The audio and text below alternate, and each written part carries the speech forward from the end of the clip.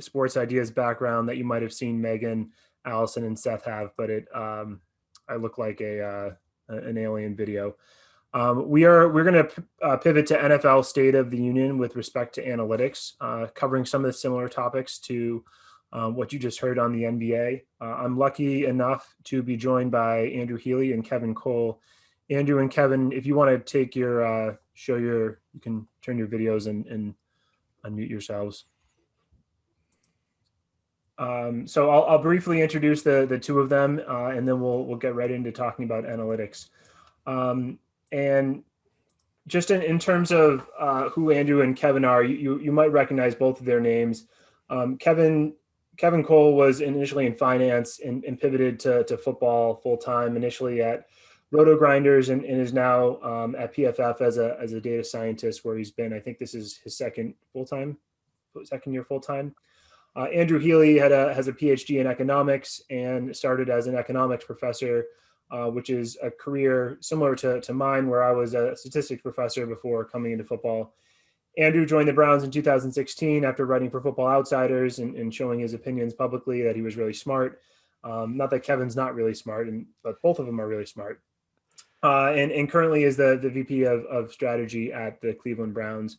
I thought Kevin and Andrew would be a pretty good representation of where football is now, in the sense that the Browns are one of the organizations in the NFL that has invested substantially in the analytics space, and there are other teams as well there. But also, PFF is an organization that is integrated throughout the NFL with respect to both college and pro scouting. And ultimately, a lot of the teams rely and use PFF in a variety of ways, and it's sort of a good representation of what's going on. On the league side, I'm the NFL's director of football data and analytics, and I work with our football operations team, and our primary goal is to use data to enhance the game of football. And so hopefully today we'll be talking about data and analytics to enhance your understanding and sort of the ideas behind where we see football going. Starting with a question, and Megan, I don't know if you can put up the poll question that we were thinking. So I'm going to ask this question to the audience, and then I'm also going to ask it to Andrew and Kevin. On a scale of 1 to 100, with 100 being the highest, how far along is NFL analytics work? And so 100 is sort of the maximum. That's like there is nothing left to learn from data. 1 is we just took out our TI 83 and are starting to look at the game. And so let me start. I don't want to bias the answers, but I'll start with Andrew. Think about the evolution of football analytics. Where do you see the process being now? If you're on a scale of 1 to 100, I'd have it at about a 25, I guess. And I say that it's kind of two different things that get me to that. I think analytics has a long way to go in the NFL. I actually think we're pretty far along in terms of how many really smart people are working in this space. And that's very much a development over the last 10 years. So we have people throughout the teams. We have Mike Lopez and Tom Bliss in the league office. We have people like Kevin and others at PFF who are all doing great work. But partially just because of the nature of the game, we really are just scratching the iceberg in so many ways compared to some of the other sports. Football is just a lot more complicated to analyze. And I don't think it's an intractable problem to figure out how 22 players all fit together, but it's certainly a very difficult one. And we need player tracking to really start to peel back that onion. And that data is just still very young. And it's eventually going to do so much more than some of the low-hanging fruit that we've seen in terms of player speed and the like. The big data bowl that Mike's run is maybe the best illustration of where we're starting to go. And even there, just getting the machine to really understand what a defense is trying to do is just such a hard problem. We'll get there, and the payoff will be huge when we do, but there's certainly a long way to go. And just maybe the other thing holding me to a 25 is we still have a long way to go in terms of open communication with scouts and coaches, where we're learning as much as we can from them to start. So Kevin, before I go to you, I'm just going to note that Andrew scored a 25, which means that in my classification poll, you have submitted a score of 0 to 25, which means that you're putting us at the bare minimum. So that is the problem with binary cutoffs. But Kev, what do you think? Yeah, I mean, I would go in that, I guess, the 26 to 50 bucket. As Andrew said, there's been a pretty big change. I mean, for someone like me, I'm not in the league, I'm not with a team, but I am, way too online, way too on Twitter. I see a lot of different ideas that are going through, and the advancement there and just the discussion there and your ability to tap into not only people who come from a similar mindset, but then, former players who are on there, media people are on there. And that is actually fed back via the media to coaches and to other people. I mean, for instance, a little anecdotal thing was the whole Let Russ Cook thing was, that kind of spread via Twitter through the media to Pete Carroll, and he's talking about it, answering it, and may have changed their strategy a little bit there. So I think there's definitely momentum, but as Andrew mentioned, it's much more complicated, not only with what's on the field, but the fact that the feedback that you're going to get from 16 games for most teams during the season. And single elimination of the playoffs, all those sorts of things. Eventually you're going to continue to march further and further, and there will be, a benefit that'll become readily apparent to everyone. But there's just going to be plenty of areas where teams will be successful doing the wrong thing or the unsuccessful doing the right thing enough times that it's just going to take a little bit more time for that feedback to come back and to build into the next wave pushing forward. But I think we've seen a couple different iterations of that already with what the Eagles were able to do and maybe how the Ravens were viewed last year. And hopefully that'll continue going forward. So one sort of similar theme there is the feedback in the communication loop. And I think it does say something about football analytics as a whole, that the message about Russell Wilson's passing efficiency is coming from the media asking Pete Carroll questions and not from within the organization saying, look how good this player is throwing the ball down the field. And so I guess that in mind is in a communication perspective, how do the data folks learn from the scouting and vice versa in terms of making sure that message is as clear and lucid as possible? And what are steps to make that process easier? Andrew, I don't know if you have thoughts. Yeah, I can start there. I mean, first, we just need to constantly listen and learn. So actually, maybe it's good to talk about PFF first. I think there's this really nice environment where they have experts from an analysis perspective and from a more traditional X's and O's perspective, working together and constantly learning from each other.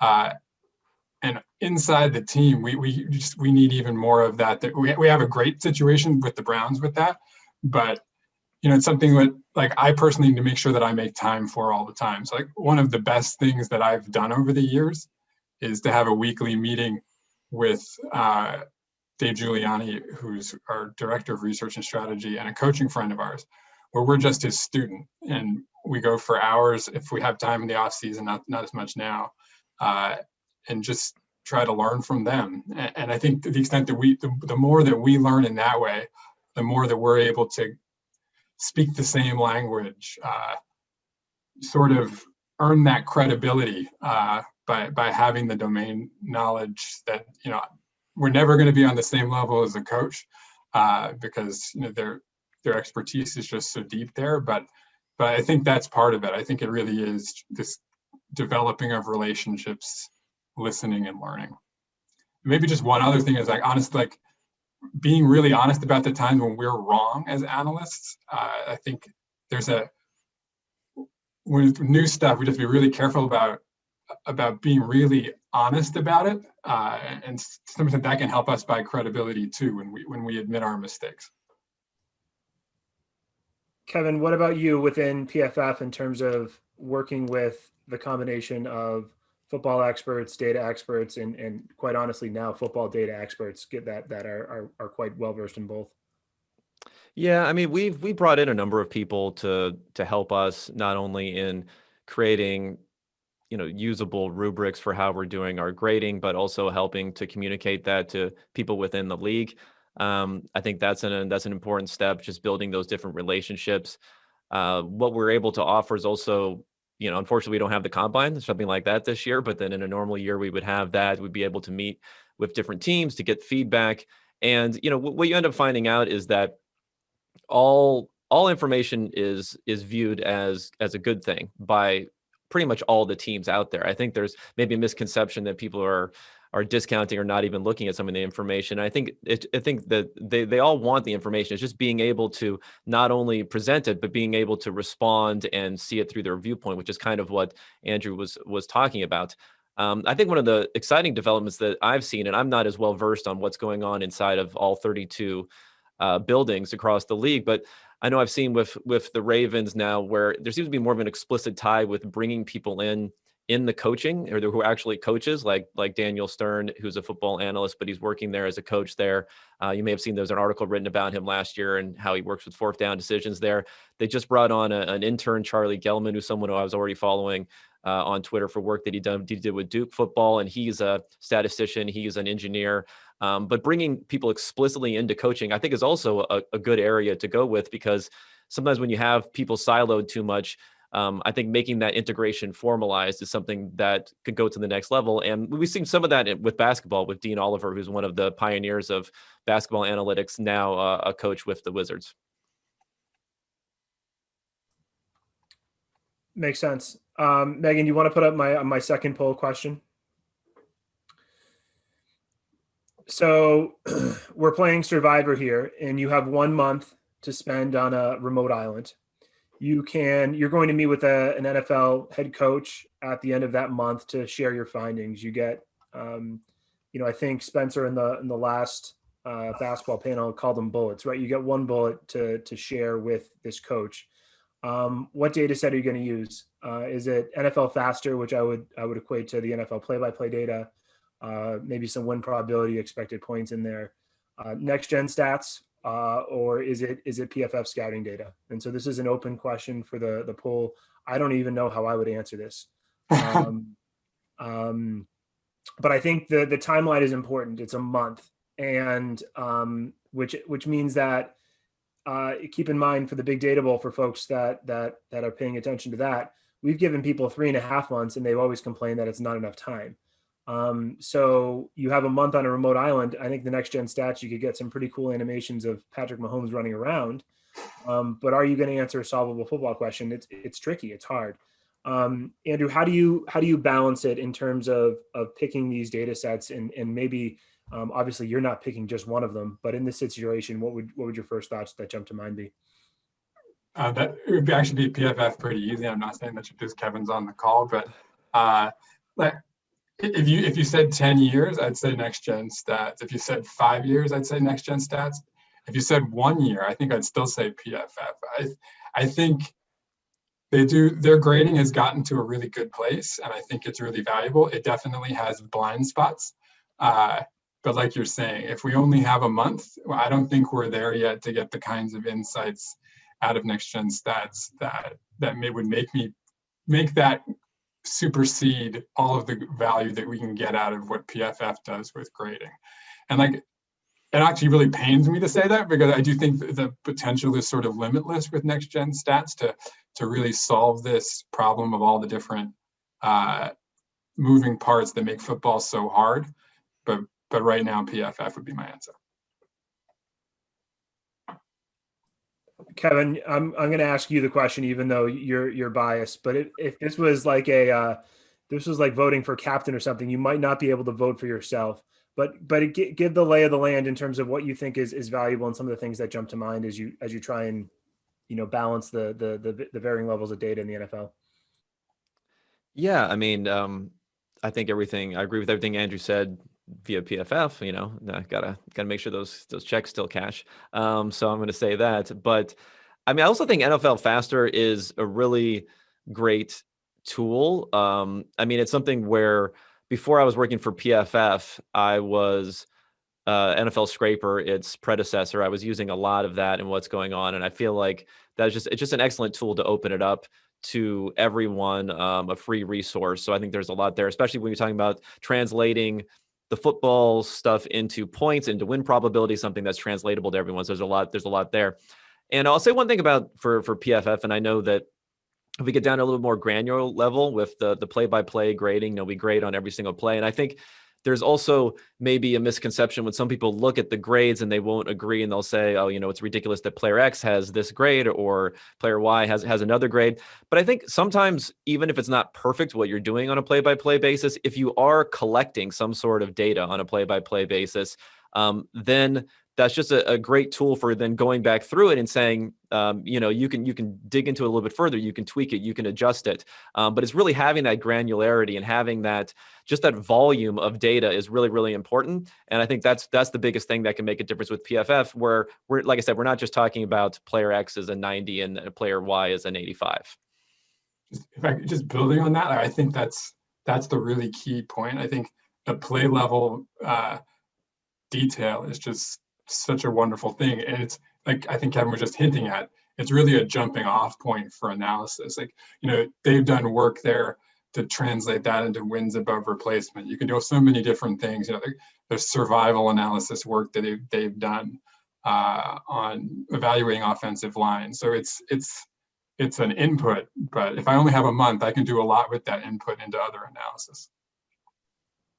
Makes sense. My only thought is I have two thoughts. First, I also think it depends on who you are.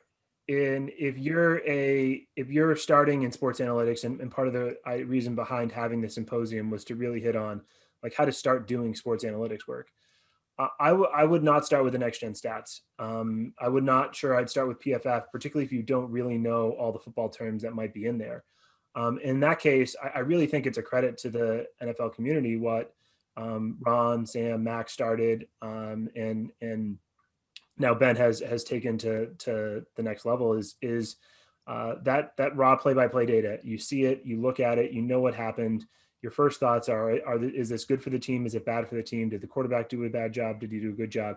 Those questions you can get good summary stats on literally the next morning, that evening potentially. And that's just such a cool state for football analytics. Whereas a decade ago, when I know Kevin, Andrew, and I were playing around, we might have gotten lucky to download one of Brian Burke's CSVs that he had shared on his website, or something like, checking Football Outsiders and copying and pasting tables. And that was, we're in a much better spot, which is really sort of exciting. And I'll note, from a selfish perspective, I'll note that really the answer is all three, right? Ultimately, that's I didn't give that as an answer because everybody was selected it, but you want to be able to have terms that are in the base play-by-play, win probability, expected points, things like that matter. But you also realistically can merge some of the next gen stats with the PFF data and really get yourself to start to answer questions that are valuable to teams.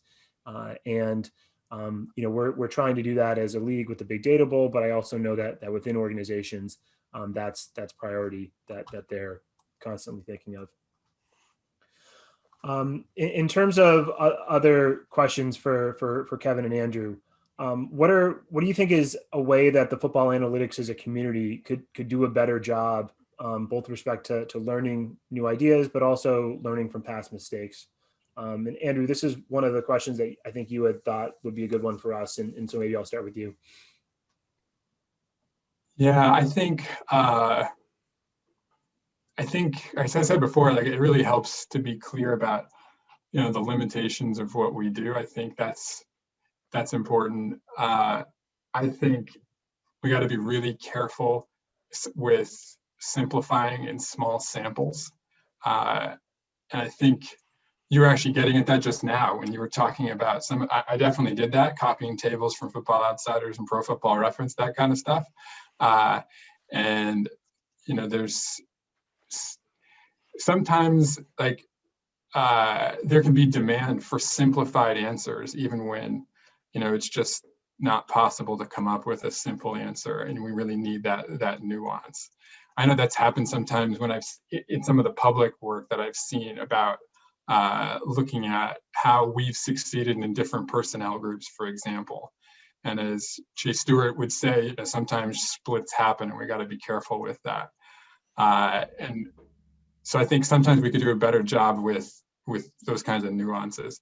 I also think this goes for me too. Sometimes we get in the habit in the analysis community, this is not just about football, of thinking the future is always going to be like the past. And so I think that's happened a little bit. Just one example of that is that, certain kinds of quarterback prospects might fail because they had for the last 8 or 9 years. And, I think we know that that's a really small sample and that's, it's just not enough to know. But I think sometimes we could be even more cautious about making any kinds of strong conclusions with the kinds of samples that we're often restricted to in football. Kevin, what do you think? Yeah, I mean, I agree with that. I mean, that's a big point. And I mean, this comes from more of a perspective of, someone in the quote unquote media and putting out content and things like that, is I do think there is a balance between wanting to be provocative, wanting to have a strong take, quote unquote take, versus wanting something that's useful and isn't going to lead people in the wrong directions or give wrong conclusions. I mean, if you can look at something as simple as, how many people are following certain people on social media, and you can see that there are rewards out there for, making these sort of small sample ideas that Andrew's talking about. And I think that's something that has to be considered. And I mean, just at the end of the day, you have to be able to look yourself in the mirror and say, is this useful information? Is this useful information that you're giving out? And sometimes it can be a jumping off point where it's good. Other times, in and of itself, it's not really, it could be misleading. I'd also say another thing that's come out and is that I think there can be too much of a discounting of analytics because of this view of kind of like a negative assessment ends up playing more than a positive assessment. In other words, for football, it'll be, running backs don't matter and you shouldn't pay anyone anything. And that's why it's being used. And, maybe it's a problem with framing. Maybe it's a problem with people who just generally are inclined to be against analytics, putting it that way. But there's really, there's always another side to the equation. There's always another side, especially in a salary cap league, as we're talking about. Yeah, we may be thinking that running backs are worth less than what some people perceive, but coverage or wide receivers we are thinking are worth more. So I think it's maybe getting on the side of not only the fans, but of the players and others to say, hey, we are, in a way we're advocating for you and not just being on the negative side of things. I think that's important to press on because the negativity can play through a lot more in today's kind of social media environment. Or offensive lineman or offensive coordinator. Right. I think one of the main reasons we did the Big Data Bowl was, I thought a lot about evaluating running backs in terms of thinking about who took best advantage of their space. But the whole other idea behind that is just who has the space in general. What is that? What is creating that space? And is it easier to get space on these types of plays or those types of plays? And just on a team level basis, just knowing, when we check out consistency within a season between teams, it's more consistent between teams and what space they create than what the running backs are able to do with it. And just that level of sort of recognition that's what's driving some of the success is important in its own right. And I think that's a great point, Kevin. We have one more poll question, and then I'll start to dive into the chat where I do see some folks have asked some questions. So Megan, I don't know if you can put up our last poll question. And this builds on a little bit of what Andrew and Kevin were just talking about, which is sort of where football is going and not necessarily relying on our past predictions to evaluate players or anything. But some of the changes that have happened in other sports have created some strange incentives for players and teams, and perhaps that's changed game time, that's changed player behavior, it's changed coaching styles. Thinking about some of the changes to football, and I'll highlight some: more fourth downs, more play action passes, more passing in general, and assuredly other ones that maybe we don't even know about yet. Are these changes good for the game of football? Yes, no, or I don't want to pick a side. I'll start with Kevin this time. In terms of thinking about where football is going, are we excited about it? Because I kind of am, but I don't want to get too excited.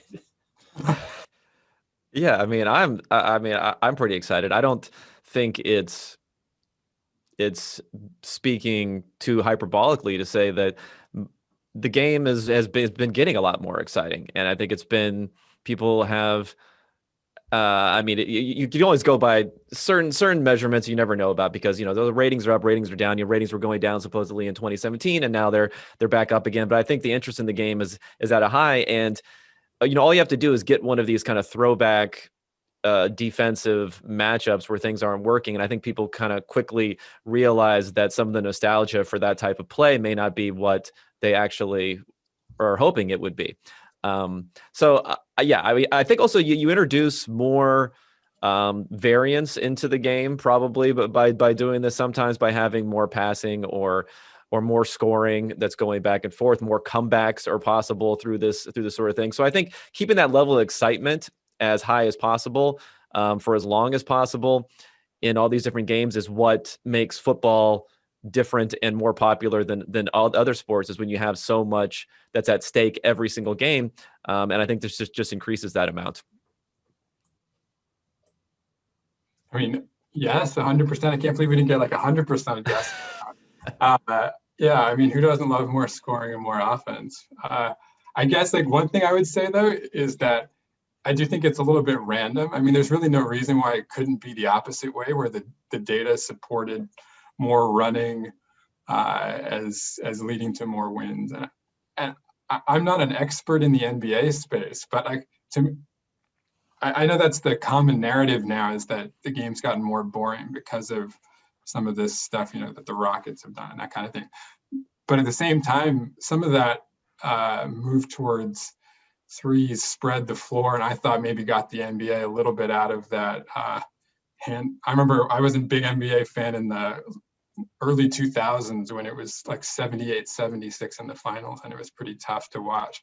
So I guess like maybe I don't know if this is true, but maybe for them it's been, the initial movements that came from data and analytics were actually positive for the game, and maybe some of the more recent ones have made it less fun to watch. Right now, all of the major movements are pushing us towards a more exciting product, but maybe there's going to be a move the other way that comes and makes the game less interesting, like the neutral zone trap in hockey or something like that. I don't know. The neutral zone infractions suddenly start picking up. That would be I think my job would get a little bit more difficult. Yeah, I think I'm with you, and I think it is mostly luck. Like, right, like I think one of the big numbers we shared a lot this offseason was we just had 260 fewer punts than we did a year ago. There are 256 games, so quite literally we're getting rid of a punt on average per game. And I don't think a lot of people weren't watching football, but when they see a punt player, like, oh, I want to tune in and watch this punt go out of bounds or this punt get fair caught, because those return rates are also fairly low. So in that sense, that's, you go for it more on fourth down. Not only are you getting that more exciting play, but you're also getting rid of the punt play, which in addition to the sort of lack of action also comes with a lot of penalties. Okay. I'm going to head into the chat, and there's some good questions in here. And I don't know if we'll have time to get to all of them. We got about 5 more minutes, 10 more minutes maybe. But one question is, Josh Allen is mentioned, but I think more generally, I'm going to ask about player development and sort of how do we, I don't think this is something that NFL analytics folks have traditionally invested a lot of time in. So I guess one question is our sort of thought perspective changing on that? And how do we think about the player development cycle? Because obviously Allen was sort of questioned by some analytics people coming into the league, and based on his year one to where he is now, there's been some improvements there. So, bigger picture from a Josh Allen perspective in player development, how does our field start to account for that? I think part of it again is being open.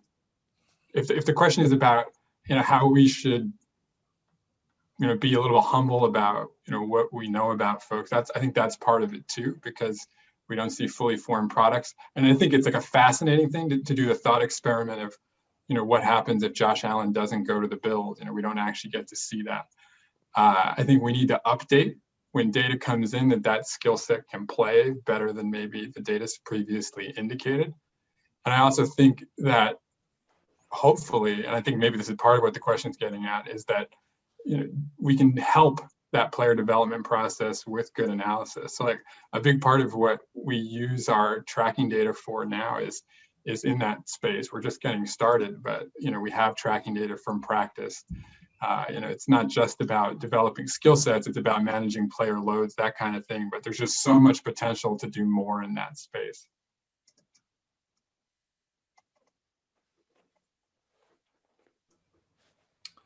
Kevin, do you have any perspective on that?